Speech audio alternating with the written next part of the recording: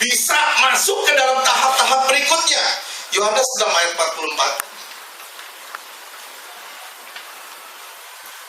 Yohanes 6 ayat 44. Tidak ada seorang pun yang dapat datang kepadaku jikalau ia tidak ditarik oleh Bapa yang mengutus aku, dan ia akan kubangkitkan pada akhir zaman.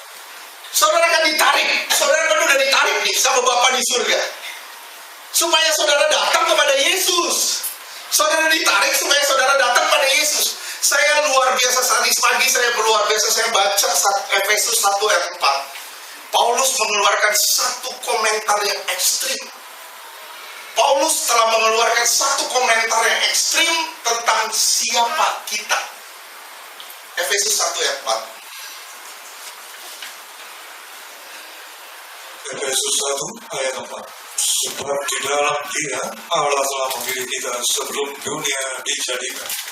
Allah telah memilih saya, telah memilih saudara sebelum dunia dijadikan. Artinya, sebelum dunia ada, saudara telah dipisahkan dari dunia. Telah dipisahkan dari dunia. Telah dijauhi sebenarnya dari dunia. Dikhususkan bagi Allah. Sekali lagi ya, ini pernyataan yang ekstrim.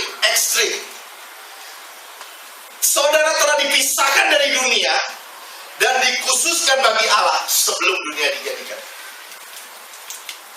Bayangin ya, sebelum ada mamanya Pak Immanuel, sebelum ada nenek moyangnya Pak Immanuel ini sudah dikhususkan bagi Allah. Akan lahir namanya Immanuel, bentuknya begini, modelnya begini, gayanya begini, dan dia akan dikhususkan bagi Allah. Luar biasa kan? Permasalahannya nanti respon kita gimana? Respon saudara gimana? Respon saya gimana? Respon kita semua yang ada di tempat ini gimana? Begitu saudara tahu, saudara sudah dipilih dan saudara sudah dikhususkan bagi Allah, bagaimana respon saudara? Ingat ya, sekali lagi, saya kutip sedikit kata-kata Paulus di sini. Saya rubah sedikit ya. Paulus bilang gini, sebelum dunia ini ada, saudara dan saya telah dikhususkan bagi Allah, telah dipisahkan buat Allah. Luar biasa gak? Nah sekarang respon saudara gimana? Mau gak responnya dengan sisi yang benar, dengan cara yang baik? Allah memilih saudara dan saya. Sekali lagi, Allah memilih saudara dan saya untuk menuai Kristus. Menuai Kristus, anaknya di dalam kita. Sorry, maaf ya, kalau nggak ngerti langsung angkat tangan aja. Ini kata kalimatnya agak sulit memang. Kalimat-kalimat yang saya ucapkan di sini agak sulit, tapi saya yakin saudara bisa ngerti. Roh Kudus akan menerjemahkan. Amin. Saya bilang, Allah memilih saudara dan saya untuk menuai Kristus di dalam saudara dan saya. Artinya gini, Yesus masuk ke dalam saudara, dan Yesus ini akan berbuah di dalam saudara. Dan buahnya ini akan dituai, yang namanya buah Kristus. Buah Kristus. Saudara harus berbuah. Harus berbuah. Oleh sebab itu, benihnya harus benih Kristus, tidak boleh benih yang lain. Benihnya harus benih Kristus. Dan saudara harus mati. Harus mati. Tidak bisa tidak. Kekristenan tanpa kematian, kekristenan tanpa kebangkitan. Ngerti? Saya ulang ya. Kekristenan tanpa kematian adalah kekristenan tanpa kebangkitan. Jadi kekristenan tanpa kematian adalah kekristenan menuju kebinasaan. Sorry ya, jangan diterjemahkan sebagai sesuatu yang salah. Saya bilang, kalau saudara mau jadi orang Kristen, saudara harus mati supaya saudara bangkit. Kalau saudara mau jadi orang Kristen dan saudara tidak mau mati daging, maksudnya tidak mau mati kehendak, mati keinginan, saya bilang, saudara siap menuju kebinasaan. Itu aja. saudara akan menuju pada kebinasaan. Galatia 6 ayat 8. Galatia 6 ayat 8. Sebab barang siapa menabur dalam dagingnya, ia akan menuai kebinasaan dari dagingnya. Tetapi barang siapa menabur dalam roh, ia akan menuai hidup yang kekal dari roh itu. Iya, barang siapa menabur di dalam dagingnya, saudara kasih makan daging terus, kasih makan daging terus, kasih makan daging terus. Gimana Pak caranya? Hiduplah semau-maumu, hiduplah sesuka-sukamu, hiduplah seenakmu. Saya kasih tahu sama saudara, saudara akan menuai kebinasaan. Tapi kalau saudara hidup di dalam roh, saudara baru menuai hidup yang kekal. Amin. Tahap pertama adalah tahap pemilihan. Tahap kedua, kita masuk tahap kedua, tahap proses operasi. Proses operasi. Saya bilang ini, kita ibaratkan ini. Kita ibaratkan ini. Seseorang mau naik meja operasi. Mau naik meja operasi. Yang operasi siapa? Yang operasi itu dokter. Dokternya itu Roh Kudus, ahli, seorang ahli. Dokternya itu Roh Kudus. Dia mau naik ke meja operasi, dokternya itu Roh Kudus. Terus operasinya operasi plastik nih. Operasinya operasi plastik nih. Saya kasih tanya-tanya sama saudara. Kalau jadi operasi plastik, kalau saudara mau dioperasi plastik, misalnya mau dioperasi plastik, gambarnya gambar siapa? Gambarnya gambar siapa? Gambarnya gambar Yesus. Saudara mau dioperasi plastik, gambarnya gambar Yesus. Saudara sudah dipilih. Saudara masuk di ruang operasi. Saudara digambar dengan gambar Kristus. Digambar dengan gambar Kristus. Gambarnya apa? Gambar Yesus. Gambarnya itu firman Allah. Firman Allah. Firman itu akan menggambarkan Kristus yang adalah roh, dan saudara akan dijadikan seperti dia. Saudara akan dijadikan seperti dia. Tidak ada yang seperti yang lain. Seperti dia. Kalau saudara menolak gambaran ini, berarti saudara menolak gambar Allah di dalam kita. Roh Kudus adalah dokternya. Firman Allah itu adalah rancangannya, pikirannya, sarananya, tujuannya. Tujuannya apa? Saudara masuk dalam proses operasi ini, tujuannya apa? Membersihkan hati nurani saudara. Hati nurani saudara. Hati nurani kita sudah banyak tercemar oleh kuasa-kuasa dunia. Hati nurani kita sudah banyak tercemar oleh keadaan wilayah dan lingkungan kita hari ini. Udah banyak tercemar hati nurani kita. Akhirnya kepekaan kita sama kebenaran makin lama makin merosot. Makin lama makin merosot. Betul? Kepekaan saudara terhadap kebenaran tambah hari tambah menurun. Kenapa? Kalau saudara tidak punya keintiman dengan Tuhan, sekali lagi, kalau saudara tidak punya keintiman dengan Tuhan, kepekaan saudara makin hari makin menurun.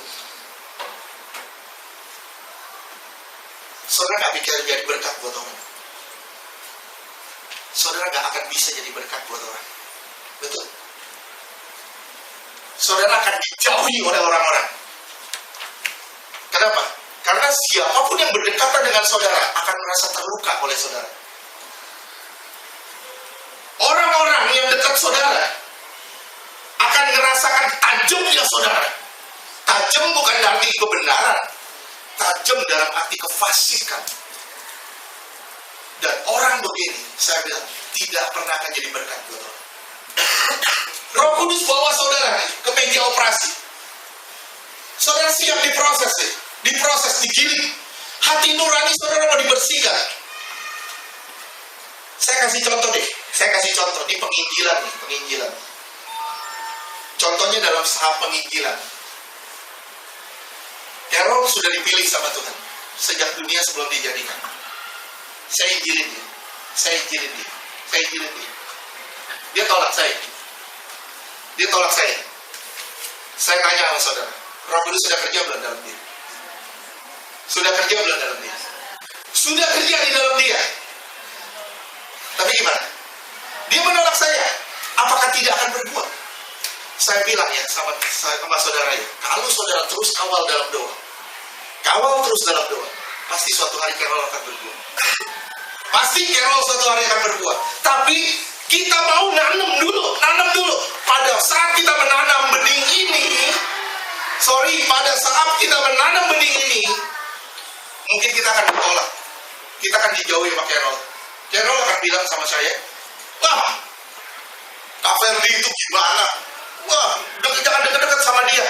Ngomongnya soal Tuhan terus. Tuhan terus. Tapi kalau saya terus berdoa begini, terus saya berdoa begini, Tuhan saya mengasihi Carol, dia sedang masuk meja operasi sebenarnya. Kenapa? Wahyu sudah datang sama dia. Nanti roh bekerja di dalam dia melalui doa saya. Roh akan bekerja di dalam dia melalui doa saya. Dan dia adalah sedang masuk dalam proses operasi ini. Terus. Suatu hari, saudara boleh nabur. Saudara nabur aja firman. Suatu hari saudara akan lihat buahnya, lihat aja. Suatu hari saudara akan petik buahnya, lihat aja. Walaupun saudara bilang, tapi tidak Pak, begini, tidak mungkin tidak. Saya bilang, pasti ada buahnya. Pasti. Buktinya mana? Buktinya saya. Salah satu orangnya itu saya. Banyak orang naburin firman ke saya tolak. Saya pernah diundang ke satu gereja waktu saya masih SMA. Ada acara ulang tahunan, saya diundang ke gereja itu. Satu gereja di daerah Pasar Baru. Tahu apa? Yang ulang tahun kepengen saya terima Yesus. Saya duduk paling belakang. Mereka nyanyi puji-pujian, nyembah Tuhan. Mereka tepuk tangan. Saya bilang apa? Saya teriak dari belakang, saya bilang apa? Orang gila lo tepuk tangan. Terus pendetanya bilang apa? Yang gak percaya keluar. Saya keluar benar.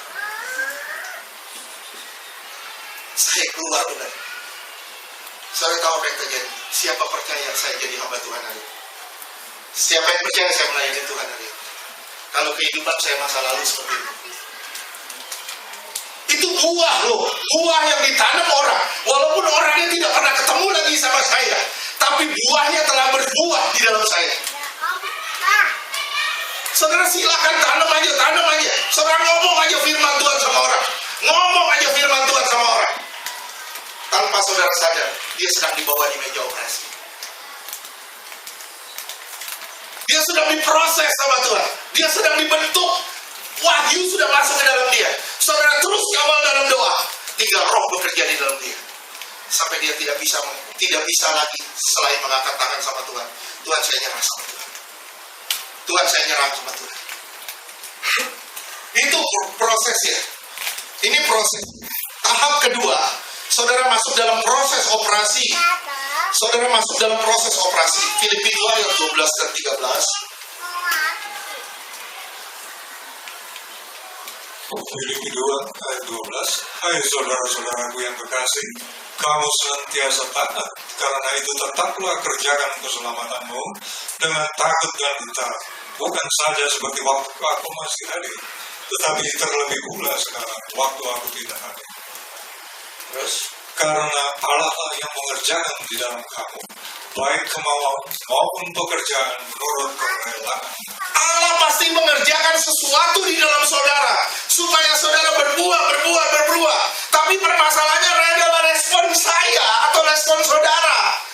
Respon Allah, udah pasti Allah mengerjakan segala sesuatunya buat kita. Tapi permasalahannya adalah diri kita sendiri. Bagaimana respon kita terhadap kebenaran yang telah disampaikan? Bagaimana respon kita terhadap wahyu Allah yang telah kita dengar? Ini proses yang kedua namanya proses operasi. Sejak saudara dengar firman Tuhan sampai saudara bertobat, itu adalah masa operasi. Allah masuk berarti terang juga masuk. Begitu Allah masuk ke dalam saudara, saudara mulai percaya. Terang mulai masuk ke dalam saudara. Saudara mulai melihat dosa. Sekali lagi, Allah masuk dalam saudara. Allah adalah terang. Amin. Begitu Allah masuk dalam saudara, terang masuk dalam saudara, baru nampak saudara adalah orang berdosa. Saudara butuh Tuhan. Butuh Tuhan. Nah, permasalahannya apa sekarang? Banyak orang Kristen sudah merasa di dalam Allah. Allah sudah masuk ke dalam dia. Tapi permasalahannya apa? Dosanya nggak nampak. Mereka menganggap dosa itu sah. Kita datang ke Tuhan, Tuhan bisa ampuni. Begitu aja. Kan kita hidup di dalam kasih karunia. Betul kita hidup dalam kasih karunia. Tapi maaf, kasih karunia itu bukan permainan. Kasih karunia itu kemurahan Allah, bukan murahan. Kasih karunia itu kemurahan Allah, bukan sesuatu yang murahan yang bisa saudara injak-injak begitu aja. Amin. Sampai sini ngerti gak sih? Ngerti gak sih? Saudara harus masuk dalam proses yang kedua atau tahap yang kedua, yaitu proses operasi. Sekarang kita masuk dalam proses yang ketiga. Tahap yang ketiga. Saudara sudah dengar firman, saudara bertobat, saudara masuk dalam proses operasi. Proses yang ketiga, terus kemudian begitu Allah masuk, terang masuk, dosa mulai nampak di dalam kita. Oleh sebab itu saudara perhatikan baik-baik, perhatikan baik-baik. Adam dan Hawa begitu dia jatuh dosa, Tuhan berfirman, betul kan? Begitu Tuhan berfirman, dia baru lihat dirinya telanjang. Mereka telanjang, mereka sadar, mereka telanjang. Artinya saudara sadar, saudara berdosa. Dan dosa ini yang harus ditanggulangi. Dosa ini yang harus ditanggulangi. Gimana menanggulangi dosa? Gimana menanggulangi dosa? Tidak ada cara lain selain saudara lahir baru. Tahap yang berikutnya adalah tahap lahir baru. Banyak orang merasa, saya sudah lahir baru, saya sudah dibaptis di dalam nama Bapa, Putra, dan Roh Kudus, di dalam nama Tuhan Yesus. Saya bilang, orang yang dibaptis belum tentu sudah lahir baru. Lahir baru itu ditandai dengan kesadaran akan dosa. Saudara bisa catat, kesadaran akan dosa, kematian kedagingan, dan hidup di dalam roh. Ini tanda orang yang lahir baru. Sekali lagi, lahir baru itu apa? Kesadaran akan dosa. Terus hidup di dalam roh, mati daging dan hidup di dalam roh. Itu tanda seseorang yang lahir baru. Kalau saudara belum hidup di dalam roh, saudara belum mati daging, saudara belum memerangi dosa, saya kasih tahu, saudara belum lahir baru. Berarti saudara masih di mana? Masih di proses operasi. Wah, Bapak mempersulit. Tidak, saya tidak mempersulit. Firman Allah yang bilang itu. Saya tidak mempersulit masuk surga. Saudara mau masuk surga, Tuhan bilang, percaya saja. Tapi saudara mau memerintah bersama Yesus. Tuhan bilang, sorry ya, nggak pantas lu memerintah. Kenapa? Yang memerintah adalah sekutu salib, bukan seteru salib. Artinya, yang memerintah adalah orang yang seperti Kristus. Seperti Kristus dalam segala hal. Amin. Tahap yang ketiga, lahir baru atau hidup baru. Wahyu dan terang telah masuk ke dalam saudara. Saudara mulai mengenal dosa. Dan lahir baru ditandai dengan membenci dosa. Lahir baru ditandai dengan membenci dosa. Allah mulai alirkan hidupnya yang kudus pada saudara dan saya. Hidup saudara menjadi mutlak berlawanan dengan dosa. Sekali lagi, ketika Allah mengalirkan hidupnya ke dalam saudara. Dialiri hidup ke dalam saudara. Terus ngalir hidup Tuhan ke dalam saudara. Akhirnya hidup saudara berlawanan dengan dosa, bertolak belakang dengan dosa, tidak sejalan dengan dosa. Inilah orang yang hidup baru.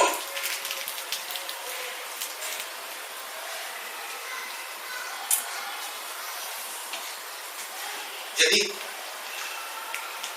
kalau saya tanya gini, saudara nggak usah jawab, tapi saudara selidiki diri saudara sendiri. Apakah saudara sudah lahir baru? Apakah saudara sudah lahir baru? Apakah saudara benar-benar berkata tidak sama dosa? Minimal saudara benci dosa, gitu. Kalau saudara nggak benci dosa, saudara senang sama dosa, saya bilang saudara belum hidup baru. Saudara belum hidup baru. Kalau saudara benar-benar mau hidup baru, bilang saat itu, Tuhan, ajar saya benci dosa itu. Ajar saya benci dosa itu, Tuhan. Saya mau benci dosa itu, Tuhan. Tapi tolong saya, Tuhan. Engkau sudah kasih saya peraturan. Engkau kasih saya tatib untuk saya ikuti. Tolong saya, Tuhan. Saya nggak bakal bisa melakukannya tanpa Tuhan memberi saya kemampuan untuk melakukannya. Saya nggak bisa, Tuhan. Kalau Tuhan mampukan saya pasti bisa. Tapi permasalahannya apa?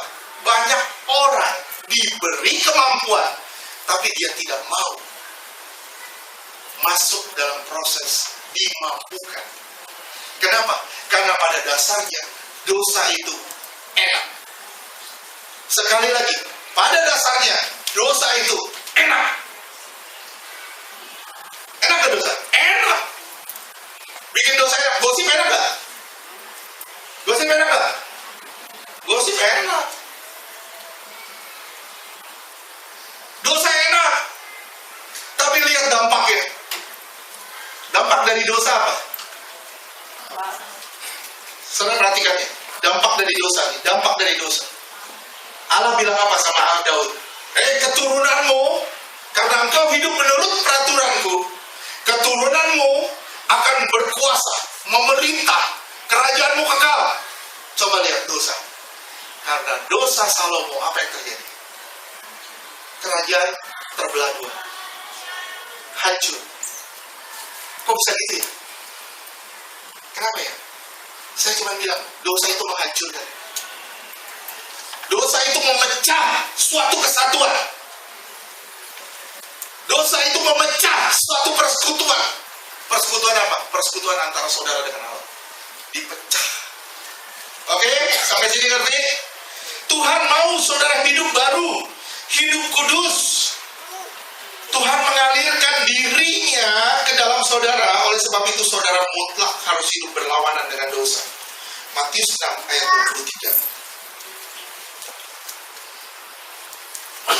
Matius 6 ayat 23. Jika matamu jahat, gelaplah seluruh tubuhmu.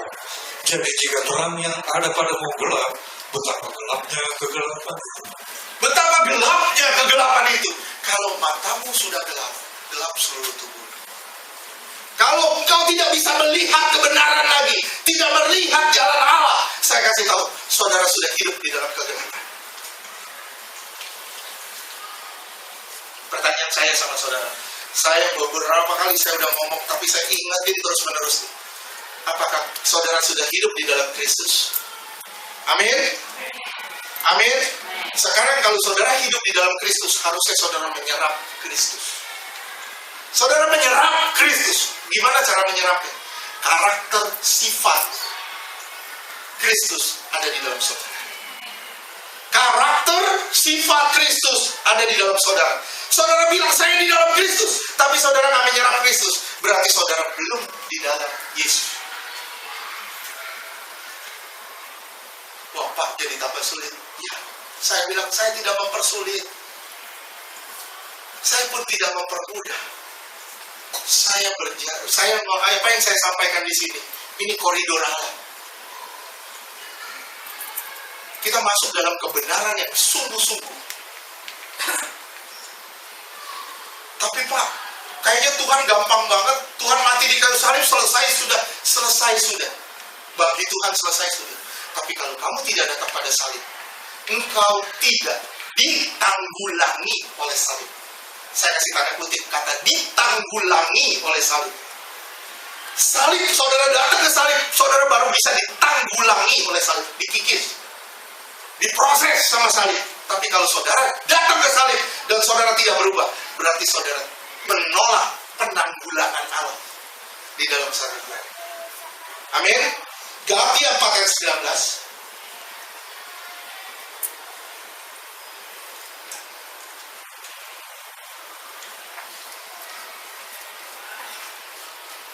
Galatia 4 ayat 19. Hai anak-anakku, karena kamu akan menderita sakit bersama sampai rupa Kristus atau karakter Yesus. Karakter Yesus atau rupa Kristus harus nyata di dalam saudara. Paulus bilang, aku kayak menderita penyakit bersalin. Aku gemes loh. Gemes. Tahu gak saya teriak-teriak gini kenapa? Saya gemes. Kalau saudara benar-benar mau berubah, gemes ya. Lu udah dengar firman yang kayak begini, lu masih gak berubah. Lu udah tahu surga neraka, lu gak berubah.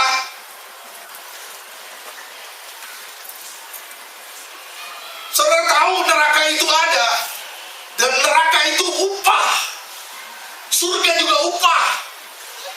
Upah dari hidup di dalam kekudusan, hidup di dalam kebenaran. Surga, kalau saudara hidup di dalam kelaliman, hidup di dalam suka-suka sendiri, saudara layak masuk neraka.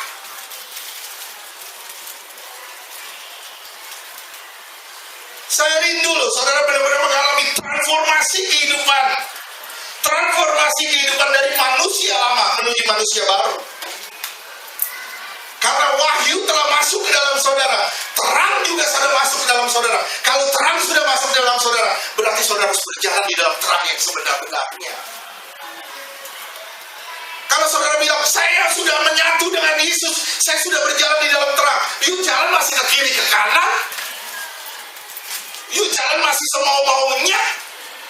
Sementara Tuhan menerangi jalan ini. Tuhan terangi jalan ini. Saya jalan di jalan ini. Tuhan terangi jalan sana. Saya terangi jalan saya, jalan-jalan sana. Kenapa? Karena itu yang diarahkan Tuhan. Kalau saudara merasa sudah diterangi jalan saudara, tapi saudara menyimpang ke kiri ke kanan, berarti saudara belum berjalan di dalam terang Allah. Belum. Saya kasih tahu ya. Siapa yang tahu matinya kapan? Siapa yang tahu matinya kapan? Kalau saudara tahu mati kapan, saudara pasti mempersiapkan diri. Betul nggak? Nanti aja, tanggal 19 tahun depan, bulan ini, saya akan mempersiapkan diri. Kenapa? Karena saudara tahu, saudara akan mati. Saudara tahu. Tapi kalau saudara nggak tahu matinya kapan, nggak ada salahnya saudara mempersiapkan diri mulai hari ini. Amin. Gimana kalau keluar pintu saudara mati? Oh, jangan begitu juga Pak. Maut gak pada usia, betul? Maut pada usia gak? Enggak, maut itu gak pada usia. Saudara harus mulai sadar apa keberadaan kita. Keberadaan diri kita, benar gak kita sudah di dalam Tuhan? Benar gak kita sudah menyatu dengan Tuhan? Kita mau kenal Allah yang adalah wahyu. Kita diterangi oleh wahyu itu. Allah telah hadir di dalam bentuk roh. Dan kemudian pikiran kita mulai diterangi oleh Allah. Diterangi oleh Allah. Sampai pikiran kita dibelenggu oleh Allah. Akhirnya kita dibelok-belokkan oleh kehendak Allah. Efesus 1 ayat 17 dan 18. Efesus 1 ayat 17, dan meminta kepada Allah Tuhan kita Yesus Kristus, yaitu Bapa yang mulia itu, supaya Ia memberikan kepada roh hikmat dan wahyu untuk mengenal Dia dengan benar. Saudara harus punya hikmat dan wahyu untuk mengenal Dia dengan benar. Saya bilang sama saudara, saudara tidak cukup punya cuma tahu siapa Tuhan, tapi saudara harus kenal siapa Tuhan. Amin. Fred, lu tahu Ahok gak? Siapa? Kenal gak?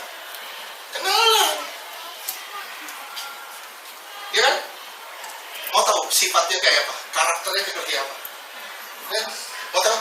Kenalan, itu salah satunya. Kita tahu, wah kita bangga sudah tahu Tuhan, kita sudah bangga tahu Tuhan.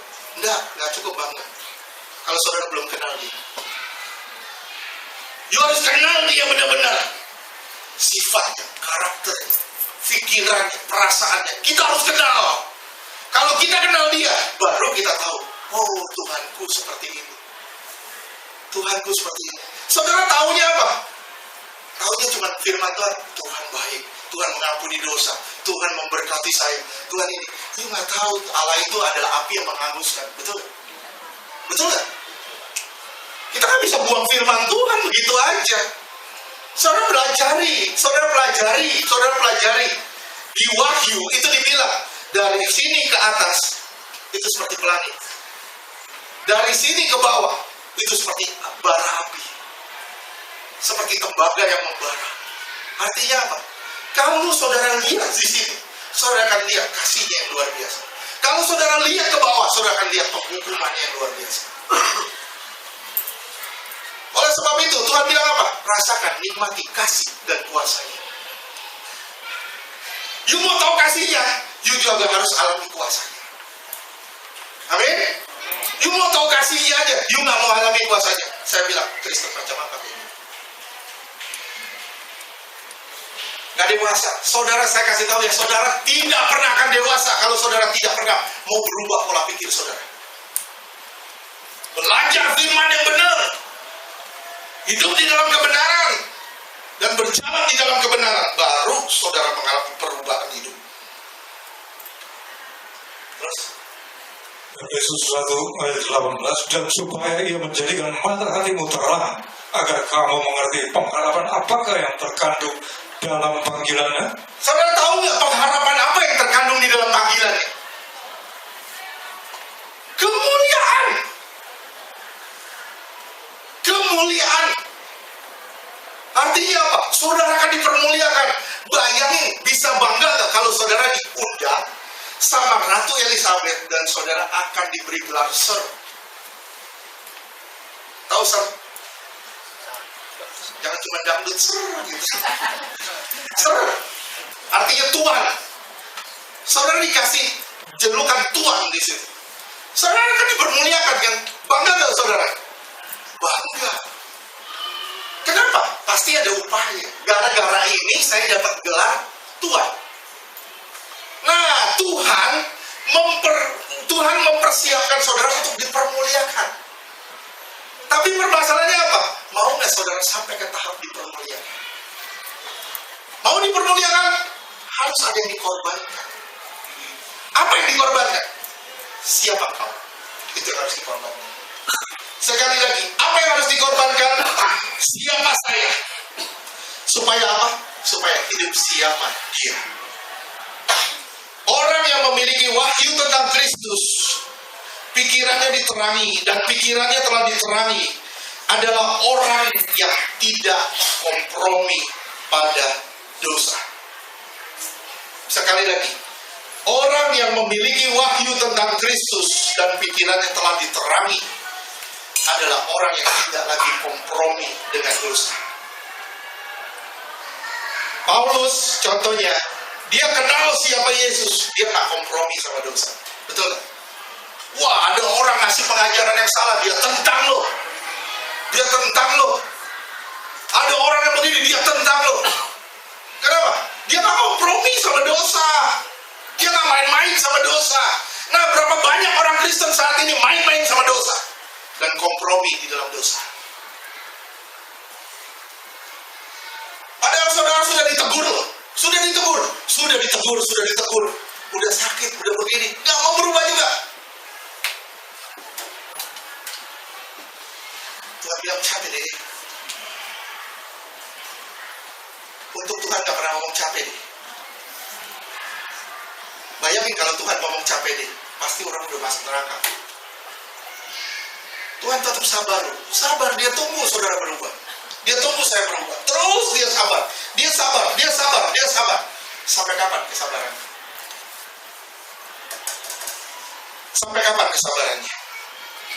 Ingat ya, Orang yang memiliki wahyu tentang Kristus dan pikirannya adalah orang yang tidak kompromi lagi dengan dosa. Contohnya Paulus. Hidupnya telah ditandai dengan penyangkalan diri, pemikulan salib, dan berjalan mengikuti Tuhan. Hidupnya telah ditandai dengan penyangkalan diri, pemikulan salib, dan mengikuti Tuhan. Ini kita masuk dalam tahap yang ketiga. Dan pada tahap ini adalah pematian siapa kita untuk bisa menghidupkan siapa Allah. Tahap lahir baru adalah tahap pematian siapa kita dan penghidupan siapa dia. Nah, kalau saudara sudah lahir baru, dampaknya apa sekarang? Dampaknya apa? Kita masih tahap ketiga ya. Kita masih tahap ketiga. Kalau saudara benar-benar sudah lahir baru, dampaknya apa? Dampak yang pertama, tanda yang pertama adalah orang sudah lahir baru. Hati nuraninya bersih. Hati nuraninya telah dibersihkan. Artinya, hati nurani dibersihkan, dia nggak ada lagi kepahitan.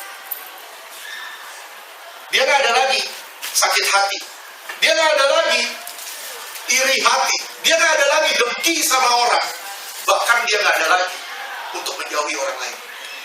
Gue benci ucap, gue nggak mau ngomong sama dia. Malas kan? Gue menghindar sama dia. Itu hati nurani masih kotor. Hati nurani masih kotor kayak gitu. Kenapa? Belum dipulihin. Hati nurani belum pulih, belum bersih. Kalau saudara benar-benar sudah sampai tahap yang berikut, ya tahap ketiga lahir baru, berarti hati nurani saudara sudah bersih. Ayo deh, lu mau bikin gue kayak apa? Ayo lu injak gue. Ayo lu apain gue? Gak sakit. Saudara akan diapain orang juga, saudara gak akan terluka. Amin. Ini tahap lahir baru. Adalah tahap ketika saudara dibersihkan hati nurani, dampaknya itu dibersihkan hati nurani. Saudara lihat Sakeus deh. Saudara lihat Sakeus. Sakeus tahu siapa kan? Orang pendek. Tahu kan Sakeus? Nah, ini tahap orang dibersihkan hati nurani. Lukas 19.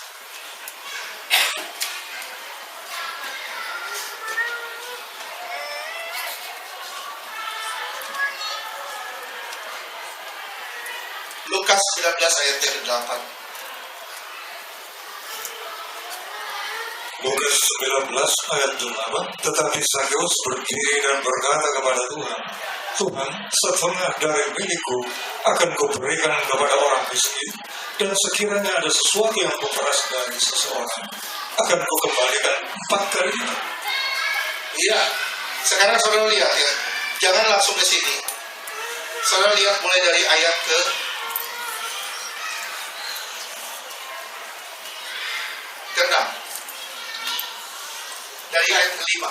dari ayat ke-5. Ketika Yesus sampai ke tempat itu, ia melihat ke atas dan berkata, Sakeus, segeralah turun, sebab hari ini aku harus menumpang di rumah. Artinya dia dipilih Tuhan. Amin. Dia mengalami proses lahir baru. Tuhan bilang apa? Aku mau masuk ke sana. Aku mau masuk ke rumahmu. Ini proses lahir baru. Begitu dia udah lahir baru, hati nurani udah bersih, baru dia bilang ayat 8. Terus ayat 8 diulang lagi.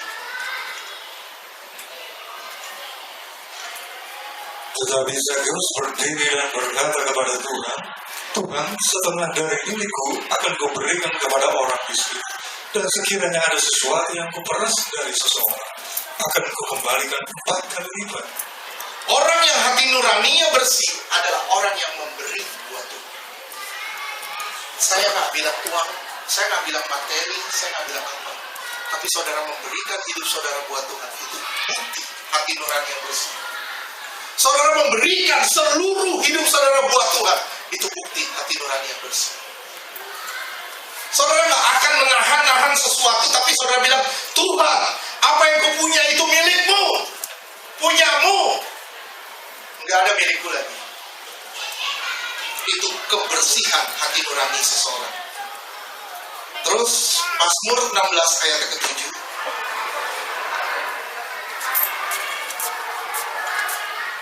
Mazmur 16 ayat 7. Aku memuji Tuhan yang telah memberi nasihat kepadaku. Dia memberi firman, memberi arahan kepadaku. Terus Pada waktu malam hati nuraniku mengajari aku. pada waktu malam hati nuraninya mengajari aku tentang kebenaran Tuhan. Hati nurani sudah mulai bersih. Nah, saya tanya sama saudara, cukup gak dengan hati nurani yang bersih? Cukup tidak?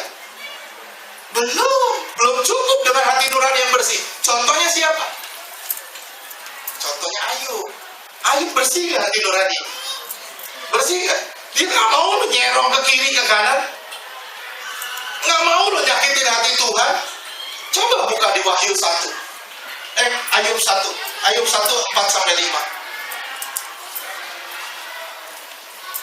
Ayub 1 ayat 4. Anak-anaknya yang lelaki biasa mengadakan pesta di rumah mereka masing-masing menurut giliran, dan ketiga saudara perempuan mereka diundang untuk makan dan minum bersama-sama mereka. Terus Setiap kali apabila hari-hari pesta telah berlalu, Ayub memanggil mereka dan menguduskan mereka. Keesokan harinya, pagi-pagi, bangunlah Ayub, lalu mempersembahkan korban bakaran sebanyak jumlah mereka sendiri. Sebab pikirnya, mungkin anak-anakku sudah berbuat dosa dan telah menutupi Allah di dalam hati. Demikianlah dilakukan Ayub senantiasa.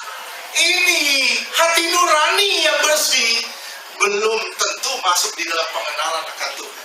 Hati nurani yang bersih itu sebatas pengetahuan. Sekali lagi, hati nurani yang bersih itu sebatas pengetahuan, bukan pengenalan. Oleh sebab itu, lahir baru itu proses menuju pada pengenalan. Saudara menerima wahyu, diterangi, itu pengetahuan. Tapi begitu saudara menerima wahyu, diterangi jalannya, saudara terus belajar mengikuti kehendak Tuhan, baru saudara masuk dalam tahap pengenalan akan Tuhan. Nah, Ayub masih di tahap pengetahuan. Hati nuraninya sudah bersih, sudah. Tapi dia belum mengenal. Buktinya apa? Saudara pelajari kitab Ayub. Pelajari kitab Ayub benar-benar. Saudara akan menemukan kalimat-kalimat yang parah yang diucapkan oleh Ayub setelah dia bermasalah. Saudara merasa hati nurani saudara sudah bersih? Kan kalau saudara mengalami problem atau masalah, saudara dihianati orang, saudara disakiti orang, baru saudara keluar sesuatu yang parah dari hidup saudara. Itu buktinya kalau ternyata hati nurani saudara belum benar-benar bersih. Jadi hati nurani akan timbul, akan muncul kebenarannya ketika seseorang menghadapi gesekan atau masalah. Sekali lagi, hati nurani akan nampak kebenarannya ketika seseorang mengalami gesekan atau pembentukan. Baru saudara lihat, bisa nggak lo bersyukur dalam segala hal?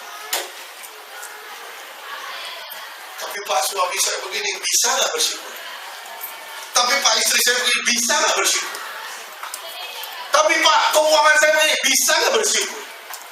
Bisa nggak kita bersyukur dalam segala hal, walaupun itu bertentangan dengan hati nurani kita?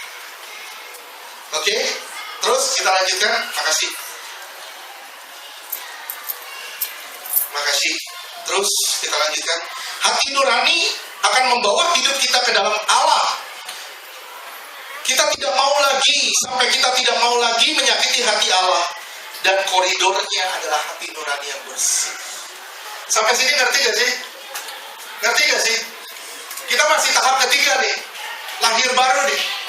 Terus kita lanjutkan dampak yang berikutnya. Dampak yang pertama hati nurani yang bersih.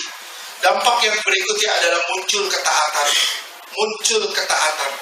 Ketaatan adalah pengetahuan saudara dengan kebenaran, akhirnya membuat saudara menjadi taat. Contohnya siapa? Daud. Daud itu taat. Dia tahu orang yang diurapi tidak boleh dibunuh. Betul? Saul berapa kali ada di tangan Daud? Daud bisa bunuh, tapi dia nggak bunuh. Kenapa? Karena dia tahu urapan Allah. Nah, sekarang saudara lihat lagi Paulus. Paulus di Kisah Rasul 23 ayat 2-5. Paulus Kisah Rasul 23, Kisah Rasul 23 ayat 2-5. Kisah 23 ayat 2. Tetapi imam besar Ananias menyuruh orang-orang yang berdiri dekat Paulus menampar mulut Paulus. Siapa? Imam besar Ananias, dia tampar Paulus, betul? Terus ayat 3. Membalas itu Paulus berkata kepadanya, Allah akan menampar engkau. Allah juga akan menampar engkau, hai tembok. Terus, Hai tembok yang dikabur putih-putih. hai tembok yang dikabur putih-putih. Kau duduk di sini untuk menghakimi aku menurut hukum Taurat. Namun engkau melanggar hukum Taurat oleh perintahmu untuk menampar aku. Tapi apa yang terjadi? Paulus ditegur. Ayat 4. Dan orang-orang yang hadir di situ berkata, engkau mengejek imam besar Allah. Engkau ejek imam besar Allah. Ayat 5. Jawab Paulus, hai saudara-saudara, aku tidak tahu Aku nggak tahu loh itu imam besar loh. bahwa dia adalah imam besar. Aku nggak tahu loh. Setelah dia tahu dia bikin apa? Terus, Memang ada tertulis, janganlah engkau berkata jahat tentang seorang pemimpin bangsa. baru dirubah. Jangan jahat loh sama pemimpin bangsa. Jangan jahat. Ya. Siapapun pemimpinmu, jangan omongin. Kalau saudara merasa, Ferdi itu pembalas saya, jangan diomongin. Didoain. Kalau saudara melihat dia terlalu gemuk, doain. Jangan diomongin. Apa tuh? Pakai celana miring-miring. Jangan diomongin, doain. Oke? Kenapa? Karena situ ada urapan. Bela diri. Firman Tuhan. Oke? Sampai sini ngerti? Sampai sini ngerti? Paulus. Dia taat. Dia tahu loh. Dia tahu urapan. Dia tahu urapan. Akhirnya dia bilang apa? Gue gak tahu nih itu imam besar. Begitu dia tahu, iya, saya harus taat sama pemimpin. Saya gak boleh ngomong gitu. Oke? Sampai sini ngerti? Sampai sini ngerti? Muncul ketaatan, dampak dari lahir baru. 1 Timotius 4 ayat 7-10. Gimana supaya taat ini menjadi satu kebiasaan? Saudara harus berlatih dong. Berlatih untuk menjadi taat. 1 Timotius 4 ayat 7. Tetapi jauhilah tahayul dan dongeng nenek-nenek tua. Latihlah dirimu beribadah.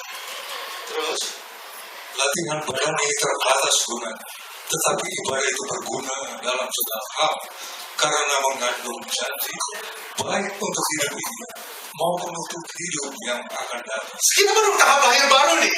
Hati nurani saudara udah bersih nih. Tapi saudara belum mengenal benar-benar. Sampai saudara mengenal benar-benar.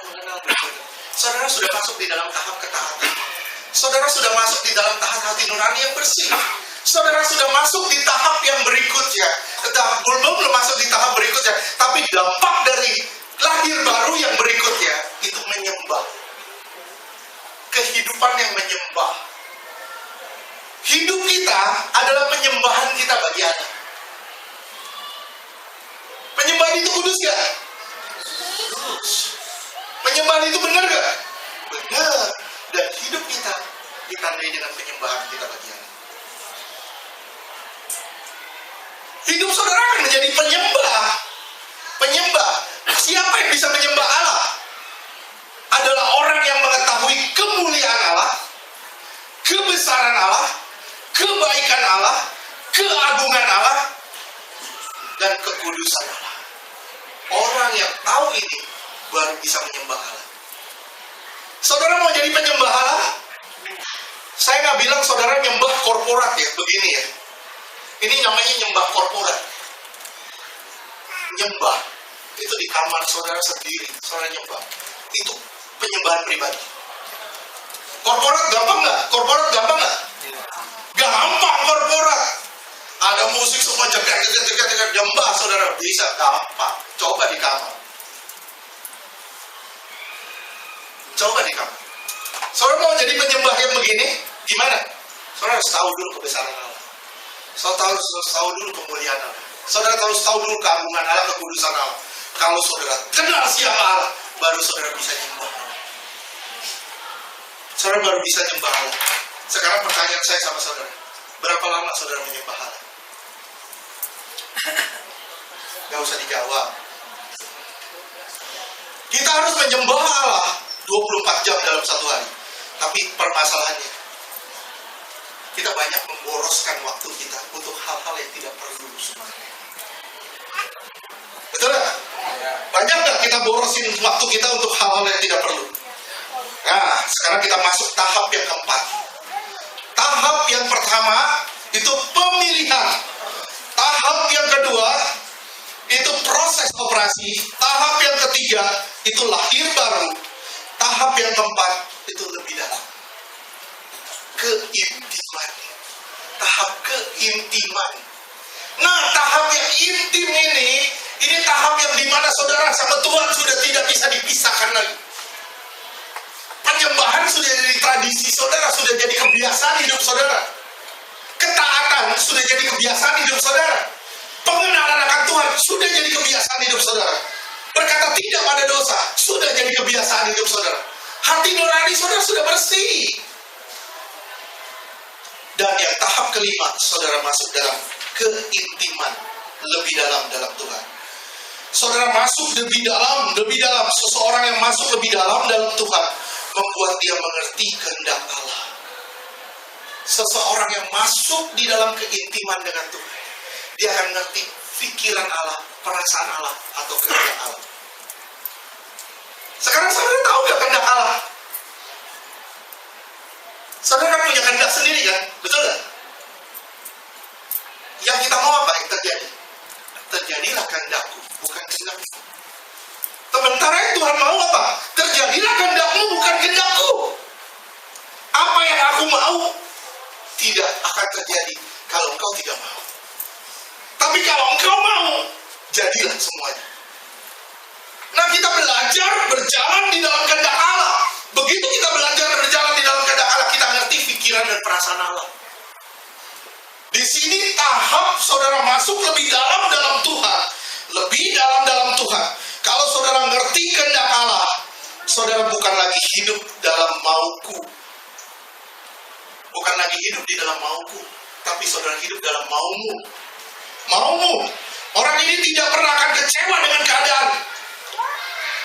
Orang ini tidak akan pernah menuntut dari orang lain. Orang ini tidak akan galau. Orang ini tidak pernah akan kecewa dengan Tuhan, kecewa dengan keadaan, kecewa dengan lingkungan. Kenapa? Orang ini sudah intim dengan Allah. Kalau saudara kecewa terus, kecewa sama si ini, kecewa begini, itu maumu. Kenapa? Saudara punya kehendak harus dituruti orang. Nah, orang begini mau mengaku di dalam Tuhan. Saya bilang orang ini belum di dalam Tuhan. Orang begini masih hidup di dalam kehendak pribadi, bukan kehendak Tuhan. Amin. Sampai sini ngerti? Kalau gitu gimana Pak? Gimana? Kalau saudara mengerti kehendak Tuhan, artinya saudara harus muncul perasaan surgawi dan hidup dalam damai sejahtera dan sukacita Allah. Damai itu di dalam diri saya. Damai itu di dalam diri saudara. Sejahtera itu dengan lingkungan, dengan keadaan. Saudara punya damai sejahtera, saya kasih tahu ya. Saudara punya damai sejahtera, artinya saudara berdamai dengan diri sendiri dan berdamai dengan lingkungan. Dan saudara sejahtera dengan diri saudara, dan saudara sejahtera dengan lingkungan saudara. Saya tanya sama saudara, saudara sudah punya damai sejahtera belum? Amin. Saya nggak nanya amin, udah belum? Gitu. Kalau tanya udah belum, jawabnya amin. Ya amin. Saya tanya udah belum? Gitu. Kalau udah belum, jawabnya udah belum. Udah? Berarti saudara nggak ada benci orang dong? Amin. Nggak ada sakit hati sama orang dong? Saudara nggak ada menghindar sama orang dong?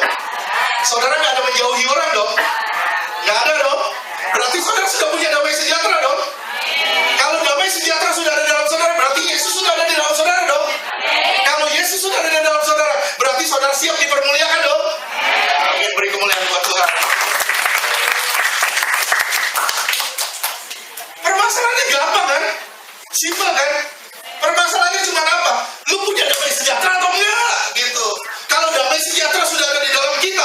sukacita juga mengalir di dalam kita.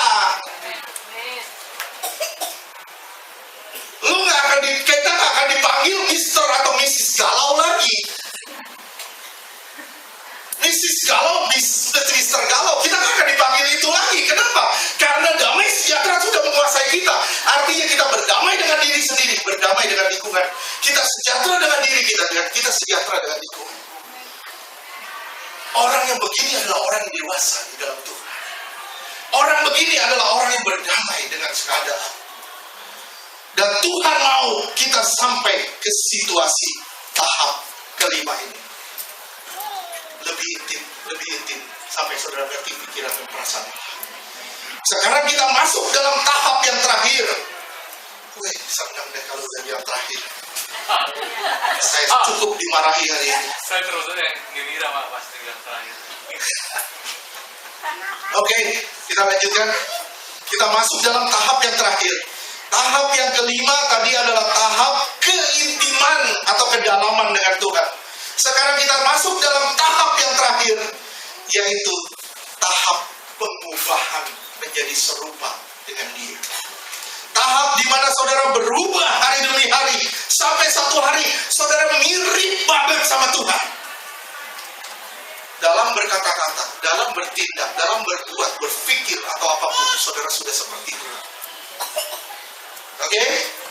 Kita masuk dalam tahap ini, kita disebut orang yang sempurna, dan kita adalah orang yang akan memerintah bersama dengan Dia. Efesus 4 ayat 23. Yesus 4 ayat 25, supaya kamu diperbarui di dalam roh dan pikiranmu. Rohmu diperbarui, pikiranmu juga diperbarui. Artinya, saudara mengalami dampak dari pengenalan adalah pembaharuan atau pengubahan